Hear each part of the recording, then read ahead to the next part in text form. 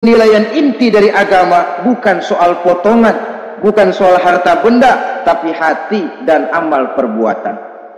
Alangkah lebih idealnya lagi kalau hati yang baik dan perbuatan yang baik berada pada rupa yang elok juga. Inilah yang dinamakan kecantikan zahir dan batin. Dan ini yang dimiliki oleh Nabi Allah Yusuf alaihi salam yang akan kita bicarakan pada pertemuan kita kali ini. Pantas kalau pada saat kita berdiri di muka cermin disunahkan kita membaca doa seperti yang diajarkan Nabi, Allahumma kama hassanta khalqi fahassin khuluqi. Ya Allah, sebagaimana telah engkau baguskan rupaku, baguskan juga kiranya akhlak dan budi pekertiku. Supaya kecantikan zahir diiringi dengan kecantikan batin. So apa gunanya zahir yang cantik kalau batinnya berbahaya? Itu yang orang bilang, apa guna katanya berkain batik kalau tidak dengan kebaya? Apa guna berparas cantik kalau melulu bawa bahaya?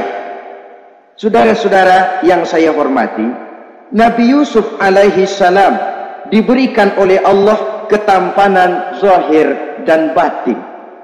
Artinya zahirnya beliau memang tampan, batinnya pun memang beliau adalah baik. Dan inilah kebaikan yang berlipat ganda. Kadang-kadang ada orang yang tampangnya sederhana saja tapi batinnya baik, itu lebih baik ketimbang yang zahir dan penampilannya baik tapi batinnya rusak. Kebaikan yang dianugerahkan Allah dalam kehidupan ini sesungguhnya bukan untuk to show only, bukan cuma untuk sekedar dipamerkan jadi kebanggaan macam kontes ratu-ratuan yang manfaatnya hampir tidak ada. Kecantikan untuk disyukuri, kecantikan untuk digunakan kepada hal-hal yang bermanfaat sesuai dengan perintah dari yang memberikan kecantikan itu.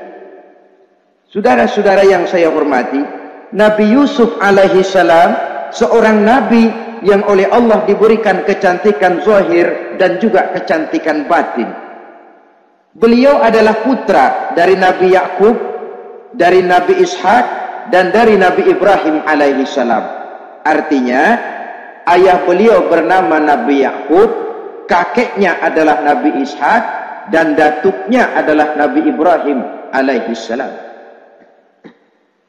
Ia bersaudara sebanyak 11 orang. Dari saudaranya ini hanya satu yang seibu sebapak, yaitu Benyamin. Sedangkan yang lain adalah saudara dari lain ibu. Nah, sejak kecil Nabi Yusuf ini sudah memperlihatkan tanda-tanda bahwa di kelak kemudian hari dia akan tumbuh menjadi seorang besar. Sebab itu wajar kalau ayahnya memberikan perlakuan yang agak istimewa kepada Nabi Yusuf. Dan ini tentu memancing sifat iri dari saudara-saudaranya yang lain. Apalagi pada satu malam Nabi Yusuf di kala remaja itu pernah mimpi. Mimpi ini beliau ceritakan kepada ayahnya. Kata beliau, ya abati, inni ra'aitu ahada asyara kawkaba wasyamsa wal qamara ra'aituhum li sajidin. Jadi satu hari Nabi Yusuf cerita kepada ayahnya, ayah, saya mimpi. Mimpi apa Yusuf? Saya melihat dalam tidur saya ada 11 bintang, lalu matahari dan bulan. Saya lihat seluruhnya sujud kepada saya. Ayahnya mendengar mimpi ini, mengerti takwil, lalu pesan kepada Nabi Yusuf, Yusuf, mimpi ini jangan kau ceritakan kepada saudara-saudaramu. Mereka sudah punya pandangan yang tidak baik kepada dirimu.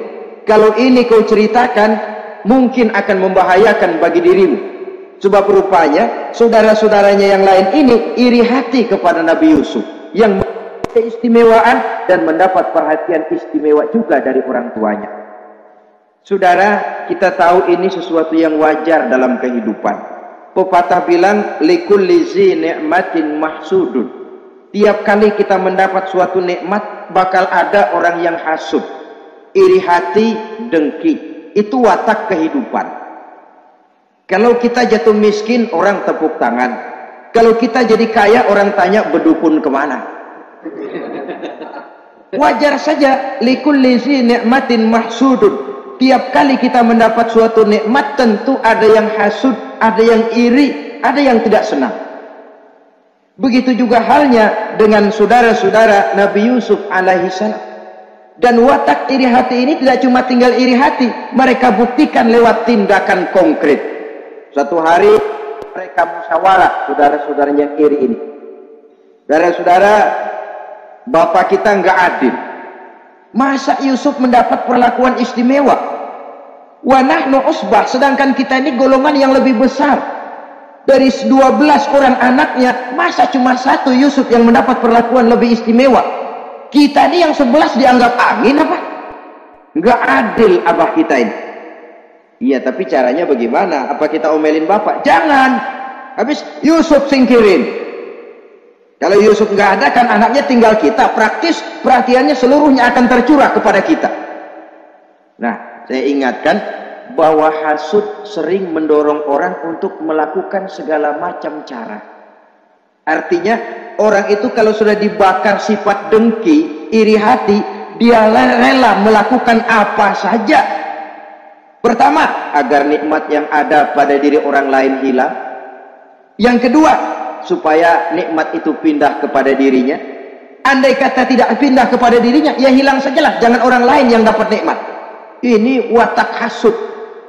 Ingin nikmat orang lain pindah kepada dirinya, atau hilang walaupun tidak pindah kepada dirinya, tapi yang bersangkutan tidak lagi mendapat nikmat. Untuk itu segala macam cara akan dilaksanakan. Ini dicontohkan dari usaha yang dilaksanakan oleh saudara-saudara Nabi Yusuf alaihissalam. Oke, setuju, kita singkirkan Yusuf. Tapi caranya bagaimana? Gampang. Bunuh saja. Kalau bunuh sih rasa-rasanya tidak sampai hati membunuh Yusuf. Lalu bagaimana? Kita kucilkan saja dia. Kita asingkan dari sini, kita buang jauh-jauh supaya dia tidak ada lagi kelihatan dalam pandangan Abah. Kalau dia sudah tidak ada dalam pandangan Abah, yang dilihat cuma kita, dan seluruh kasih sayangnya akan tercurah kepada kita semua. Nah, setujulah kalau itu. Caranya nanti kita atur belakangan. Jadi satu hari permisilah saudara-saudaranya ini kepada Nabi Yakub. Abah, kami permisi mau pergi main-main dan Yusuf akan kami ajak. Kata Nabi Yakub, saya khawatir. Nabi Yakub sudah melihat gelagat yang tidak baik, sudah ada semacam firasat. Saya khawatir kalau Yusuf kau bawa, nanti dia akan kena celaka atau dimakan oleh serigala, sedangkan kamu nanti akan lalai.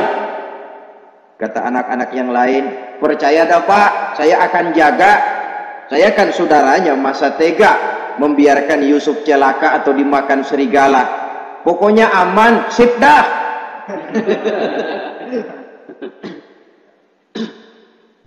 Akhirnya Nabi Yakub mengizinkan.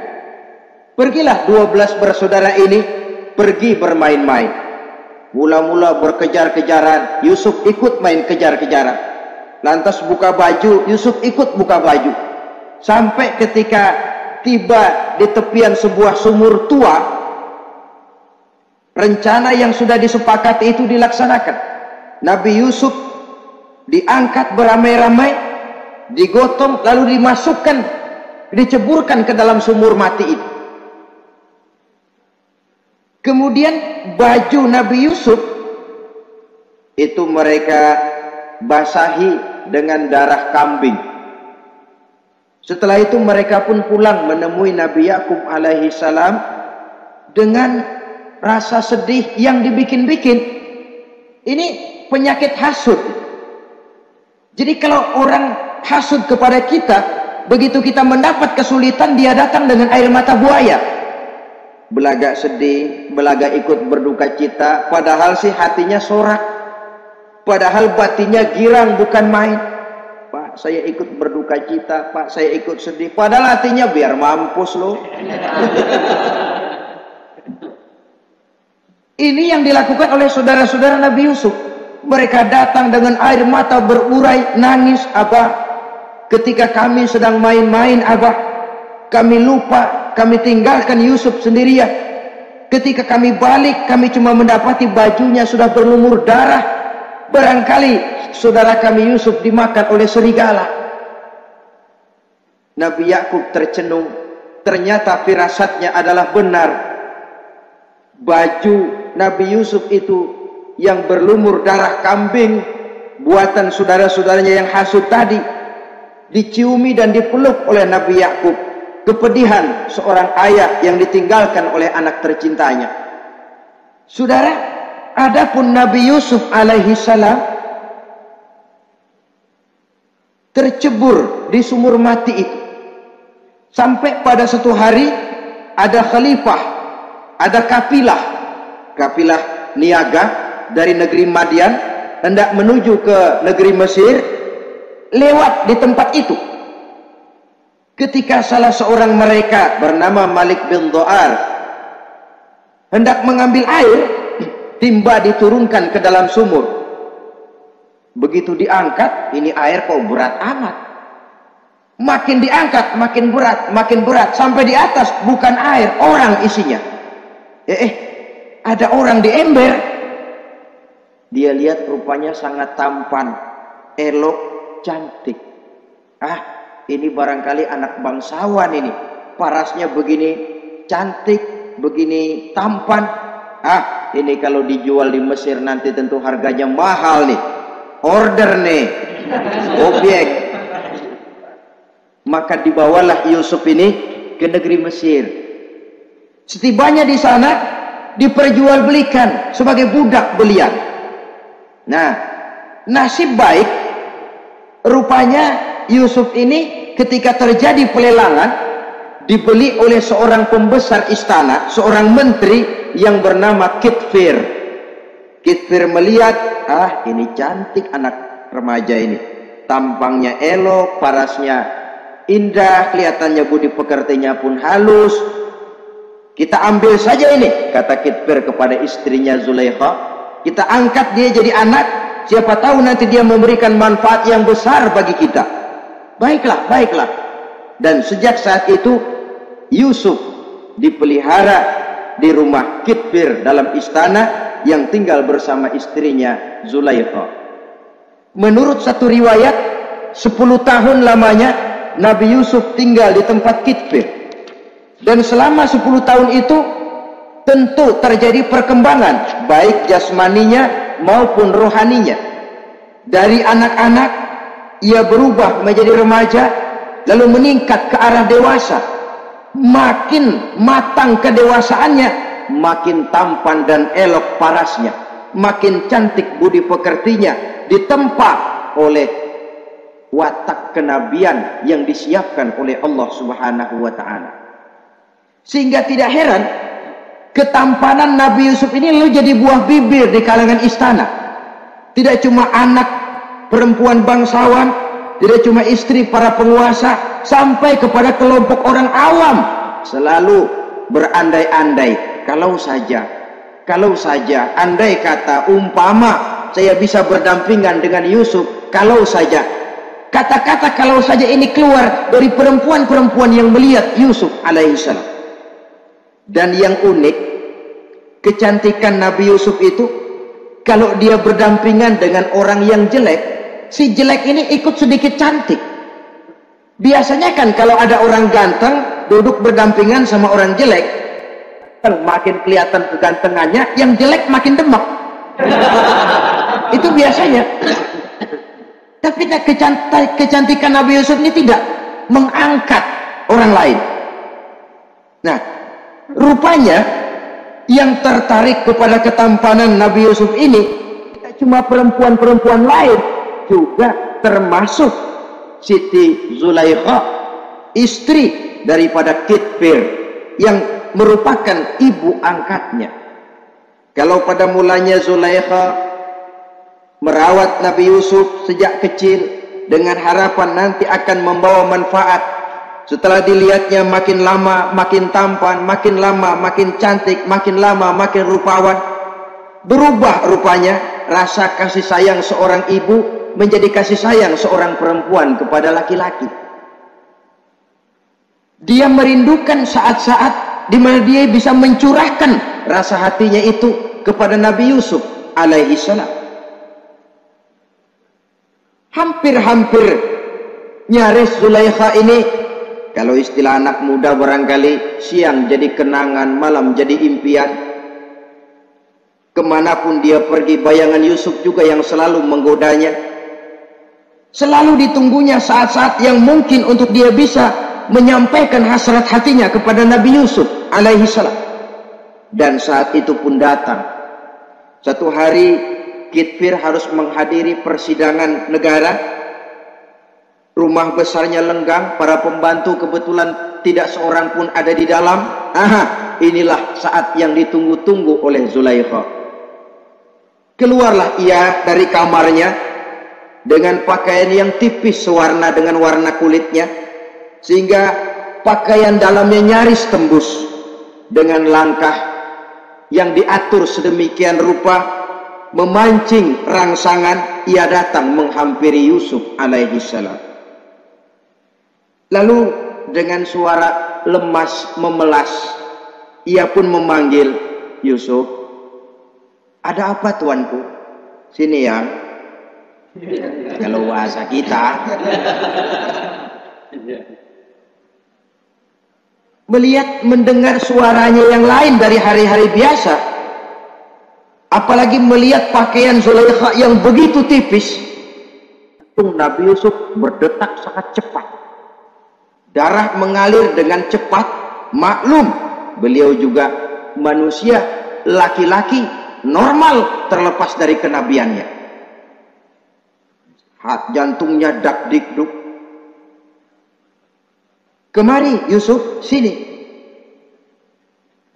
Ada apa tuanku? Sudah lama Yusuf. Lama apa tuanku? Saya memendam rindu kepadamu Yusuf. Siang malam engkau juga yang jadi tumpuan harapan saya. Kemanapun saya pergi seakan wajahmu juga yang saya lihat Yusuf.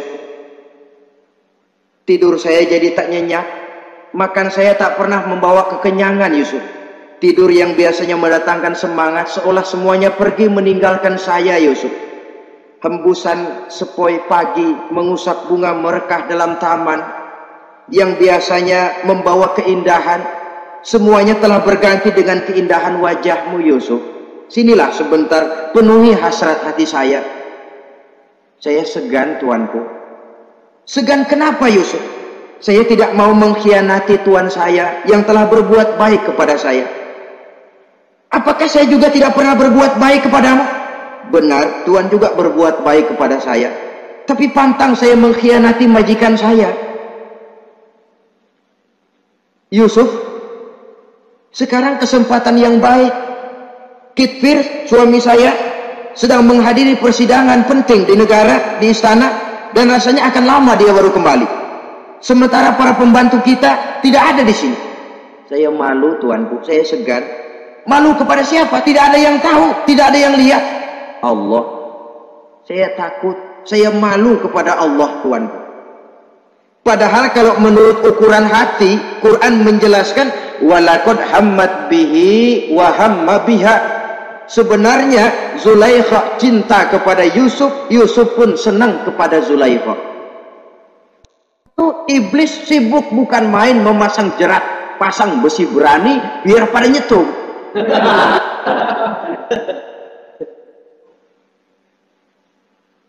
Zulaikha senang Yusuf. Yusuf sebenarnya pun secara manusiawi menyenangi Zulaikha. Walaula an ra'a burhana rabbih. Tapi Yusuf ketika itu melihat larangan Allah, peringatan Allah. Seolah-olah dia lihat Allah mengatakan, Yusuf, ini letter S. Dilarang parkir di sini.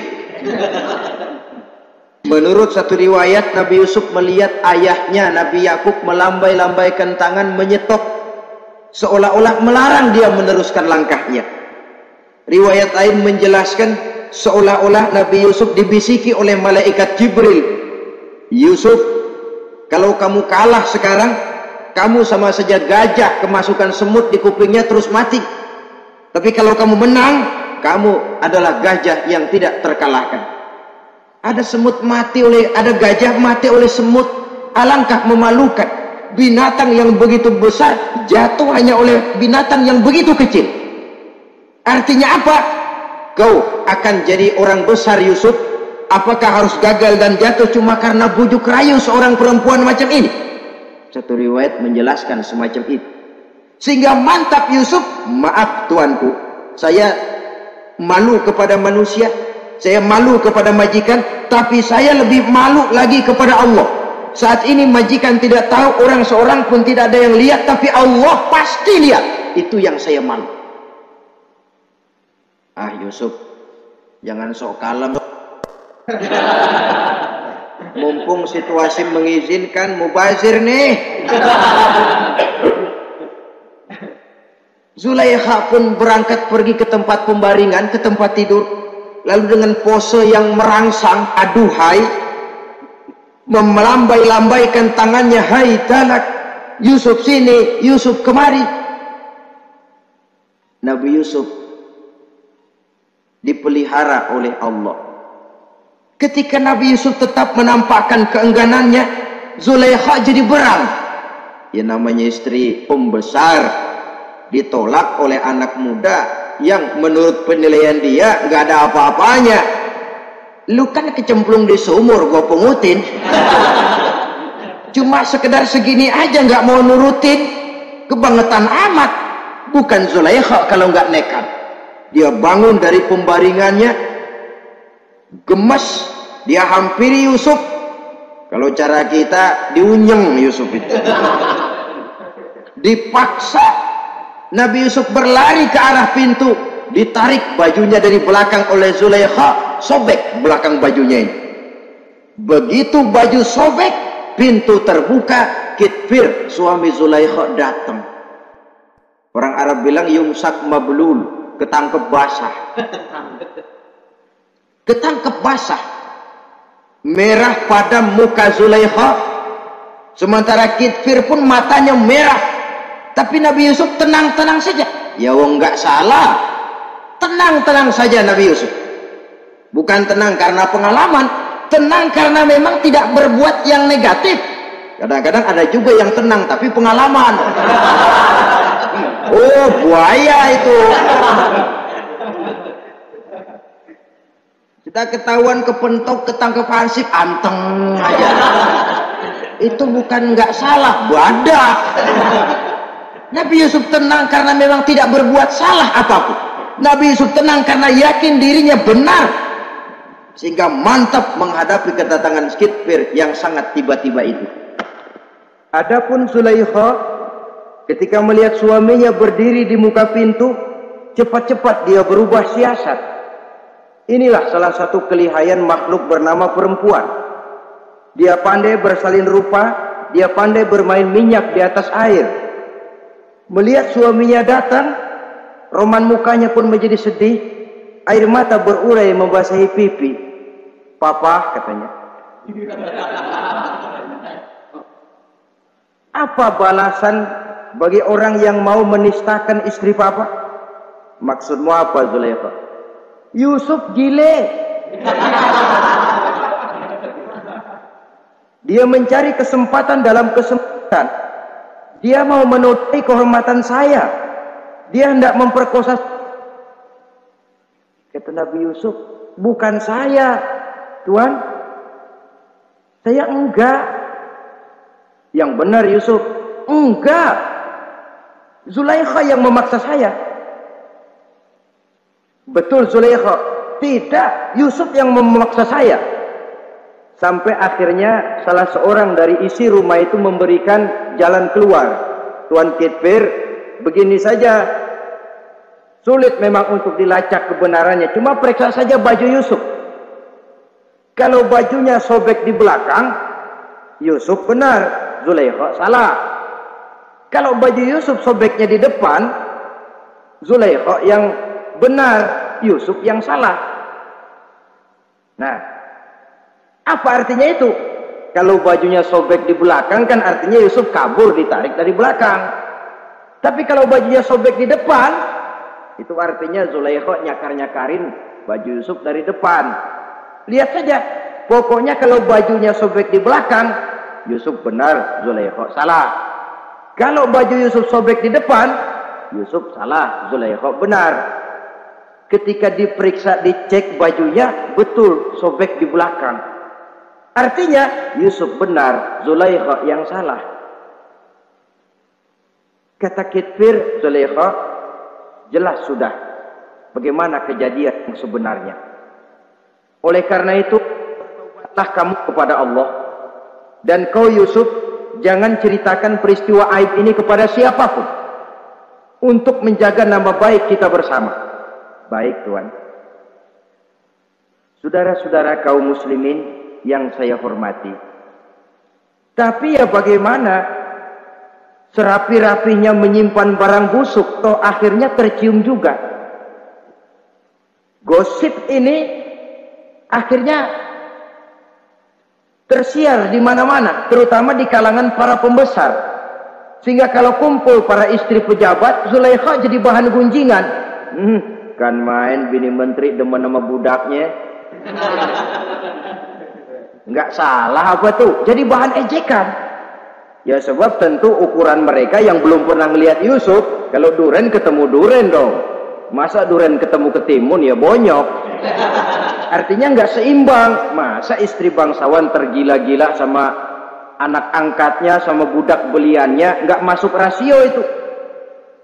Zulaikha dengar berita macam itu, sampai dalam hatinya, pantas saja kamu ngenyek saya, kamu meremehkan saya karena kamu belum pernah lihat potongan Yusuf bagaimana. Akhirnya dalam hati Siti Zulaikha ini timbul semacam dendam.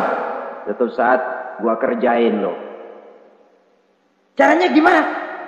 Satu hari para istri bangsawan ini diundang ke tempat Siti Zulaikha, duduk di satu ruangan luas.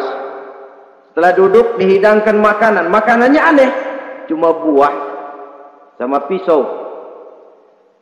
Ketika buah dan pisau sudah siap, satu orang satu, satu orang satu, satu orang satu. Ketika mereka sedang mengupas itu, Zulaikha berkata kepada Nabi Yusuf, Yusuf, kau jalan dari sini ke sana, melintas kayak peragawati gitu. Untuk apa Tuan? Pokoknya jalan aja dah. Nabi Yusuf jalan. Sejak beliau melangkah ke ruangan itu, semua mata perempuan-perempuan bangsawan yang lagi ngupas buah, semuanya tertuju kepada Yusuf. Ada yang matanya emang buluk, makin buluk. Ada yang ngeliatin campur mulutnya menganga. Apa kata mereka? Falamma ra'ainahu akbarnahu wa qatta'na aydiyahunna wa qulna hasya lillah ma hadza bashar in hadza illa malakun karim. Falamma ra'ainahu, ketika perempuan-perempuan itu melihat Yusuf, akbarnahu, mereka agungkan Yusuf. Wa qulna hasya lillah, mereka bilang, ini sih bukan orang nih.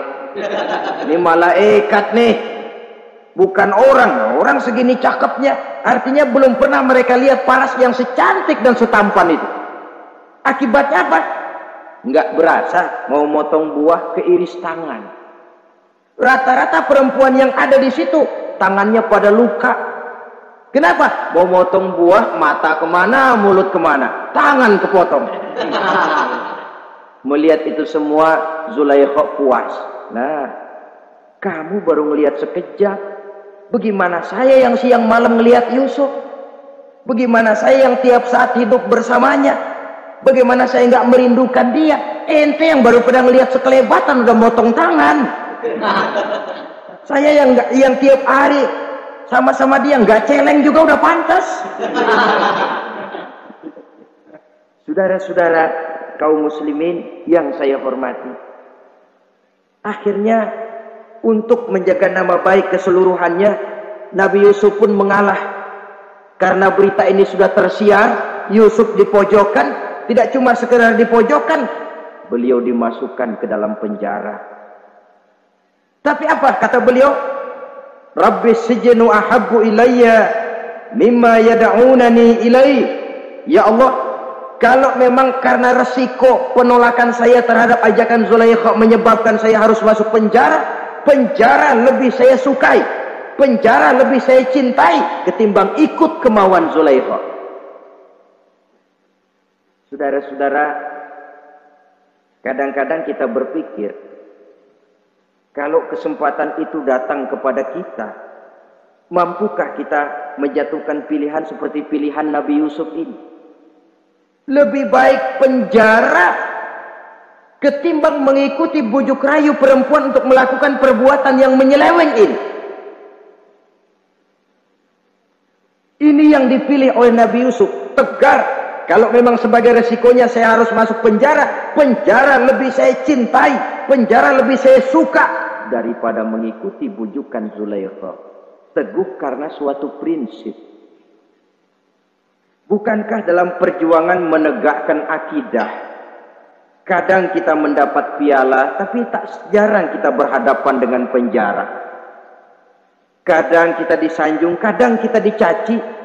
Itu romantika perjalanan dari yang namanya perjuangan. Tapi pilihan harus ada. Ketimbang ikut bujuk rayu perempuan yang mengajak melakukan perbuatan serong, penjara lebih saya cintai. Sudah pada saat hendak diajak tidak ada yang melihat, beliau menolak.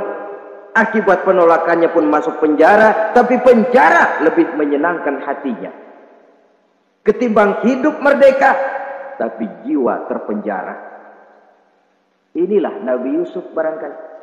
Biar badan masuk penjara, asal jiwa merdeka. Kita sekarang sebaliknya. Jiwa terpenjara tidak jadi soal, asal badan merdeka. Maka jiwa kita sering dijajah. Entah dijajah harta, entah dijajah pangkat dan jabatan, entah dijajah iblis. Jiwa kita yang terpenjara, sementara badan kita merdeka. Nabi Yusuf tidak. Biarlah badan di penjara, asal jiwa merdeka untuk menegakkan sesuatu yang hak. Saudara-saudara yang saya hormati, adapun di dalam penjara itu, Nabi Yusuf satu sel dengan 2 orang bekas pelayan istana yang dituduh menaruh racun ke dalam hidangan yang hendak disajikan kepada raja. Yang satu tukang ngatur minuman, yang satu tukang ngatur makanan untuk raja. Siapa yang naruh racun enggak jelas, tapi dua-duanya ditahan. Nah, sampai satu malam teman satu sel ini dua-duanya ngobrol kepada Nabi Yusuf. Yusuf, kami ini dipenjara karena dituduh menaruh racun ke dalam hidangan yang dihidangkan kepada baginda raja. Siapa yang salah, kami sendiri tidak tahu. Saya enggak ngerasa naruh racun, kata yang tukang ngatur minum. Saya juga enggak, kata yang tukang ngatur makan. Sampai satu malam mimpi. Mimpi itu diceritakan kepada Nabi Yusuf. Kata yang tukang ngatur minuman, Yusuf, saya mimpi. Saya memeras anggur, lalu menghidangkannya kepada baginda raja. Apa arti mimpi saya? Kata yang tukang ngidangin makanan, kalau saya Yusuf, saya ngimpi menjunjung roti di atas kepala saya, itu roti dipatokin burung. Apa arti mimpi saya? Saudara-saudara, Nabi Yusuf tersenyum. Adapun kamu yang mimpi memerah anggur, kamu akan keluar dari penjara bebas dan akan kerja lagi di istana. Adapun kamu yang mimpi menjunjung roti dipatokin burung, kamu akan dihukum mati, disalib, dan kepalamu akan dipatokin oleh burung. Ini tukang roti ngotot, bisa aja lu ah.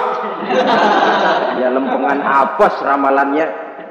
Ya bukan soal bisa nggak bisa, lihat aja kenyataannya. Cuma kepada kamu yang tukang ngatur minuman, saya pesan, kalau nanti kamu bebas kembali di istana raja, tolong ceritakan ihwal saya kepada baginda raja ini. Saya mendekam di penjara ini tanpa berbuat salah apapun. Baik, insya Allah Yusuf. Dan ketika persidangan memutuskan seperti tepat yang diramalkan Nabi Yusuf, si tukang menghidangkan makanan dihukum mati, si tukang menghidangkan minuman kembali kerja di istana. Tapi begitu kerja, dia lupa sama pesan Nabi Yusuf. Itu biasanya watak orang memang begitu. Kalau dalam keadaan kepepet, macam-macam janjinya. Begitu keadaannya longgar, lupa sama janjinya. Sehingga ada pepatah katanya nolongin anjing kejepit. Waktu kejepit kaing-kaing minta ditolongin. Begitu udah rapi ditolongin, yang nolongin bisa digigit. Saudara hadirin yang saya hormati, sampai bertahun-tahun Nabi Yusuf mendekam dalam penjara. Tapi itulah yang menambah kedewasaannya. Maka orang beriman ya, yang mantap nilai imannya, tempat tidak jadi soal. Kadang-kadang dia merasakan penjara lebih indah dari alam terbuka. Banyak orang-orang beriman yang justru di penjara menghasilkan karya-karya besar. Kita tahu misalnya almarhum Hamka justru di penjara bisa menyelesaikan tafsir Al-Azharnya, salah satu karya besar pujangga terkemuka ini. Macam Hasan Al-Banna, Abdul Qadir Audah, dan banyak lagi tokoh-tokoh Ikhwanul Muslimin merasakan justru penjara itu bagaikan surga. Kenapa? Mereka yakin di penjara untuk sesuatu yang benar, maka tempat tidak pernah jadi masalah. Kalau jiwa merdeka puluhan tahun mendekam di penjara, tidak akan merupakan satu rasa yang lama. Kenapa? Jiwa tidak bisa dibatasi oleh ruangan 2x3 meter. Jiwa yang merdeka tidak bisa dibatasi dengan teralis besi. Jiwa yang merdeka tidak bisa dibatasi dengan dinding tembok yang tebal. Jiwa yang merdeka mengembara, melanglang buana, mencari idealisme yang ada dalam dirinya.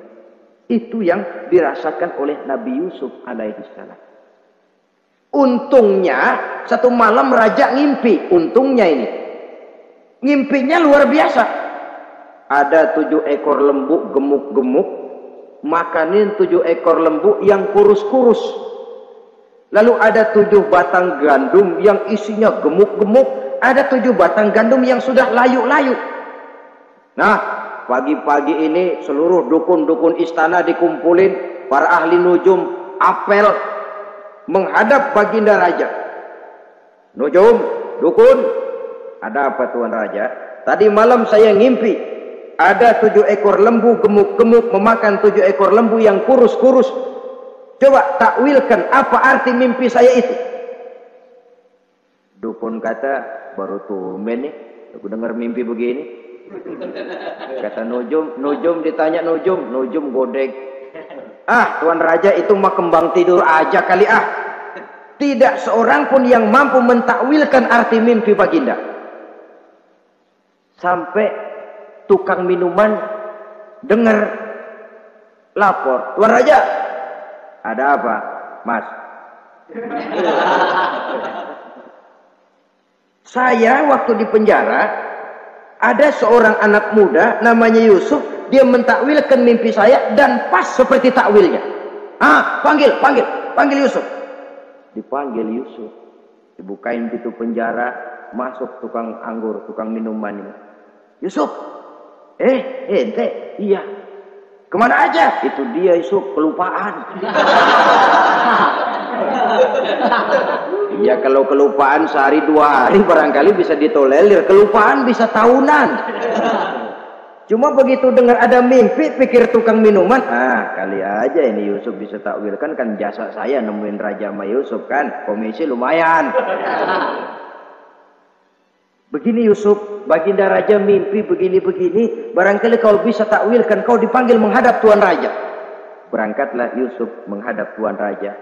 Sesampainya di sana, mohon maaf Tuan Raja, menurut takwil saya, arti mimpi Tuan Raja itu akan datang satu masa di mana 7 tahun lamanya negara ini subur, makmur, aman, tentram, gemah, repah, lob jenawi, toto tentrem, kertora harjo.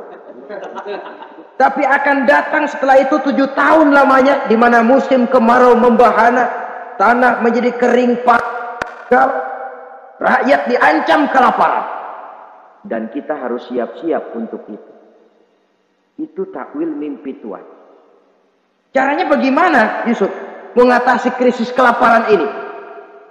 Ya kita bikinlah gudang-gudang untuk menyimpan makanan, kalau lagi panen jangan mumpung.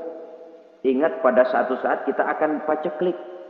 Sehingga kata orang-orang tua dulu, kalau lagi sehat ingat dong bakalan sakit. Kalau lagi kaya ingat dong bakalan miskin. Semuanya itu milik daripada kehidupan. Tidak ada orang yang ketawa terus dalam hidup. Tidak ada orang yang nangis terus. Semuanya silih berganti, datang pergi, patah tumbuh, hilang berganti. Dunia hari ini bikin kita ketawa, besok dia buat kita menangis. Hari ini dibuatnya kita senyum, besok dibuatnya kita berurai air mata. Hari ini dijadikannya kita kaya, besok dijadikannya kita kere. Pantas kalau orang bilang wamal hayatud dunya, Allah mengatakan wamal hayatud dunya illa lahun wa la'ib. Hidup dunia ini cuma sandiwara. Tiap kita sekarang sedang memegang peranan. Ketika memegang peranan, ya jadi orang kaya peranan, jadi kiai peranan, jadi jenderal peranan. Sama saja dengan wayang golek. Gatot Kaca yang bertulang kawat berotot baja, punya ajian beraja musti, gagah perkasa, bisa terbang di angkasa. Hebat perkasa Gatot Kaca. Kapan? Waktu dipegang dalang. Betul apa benar?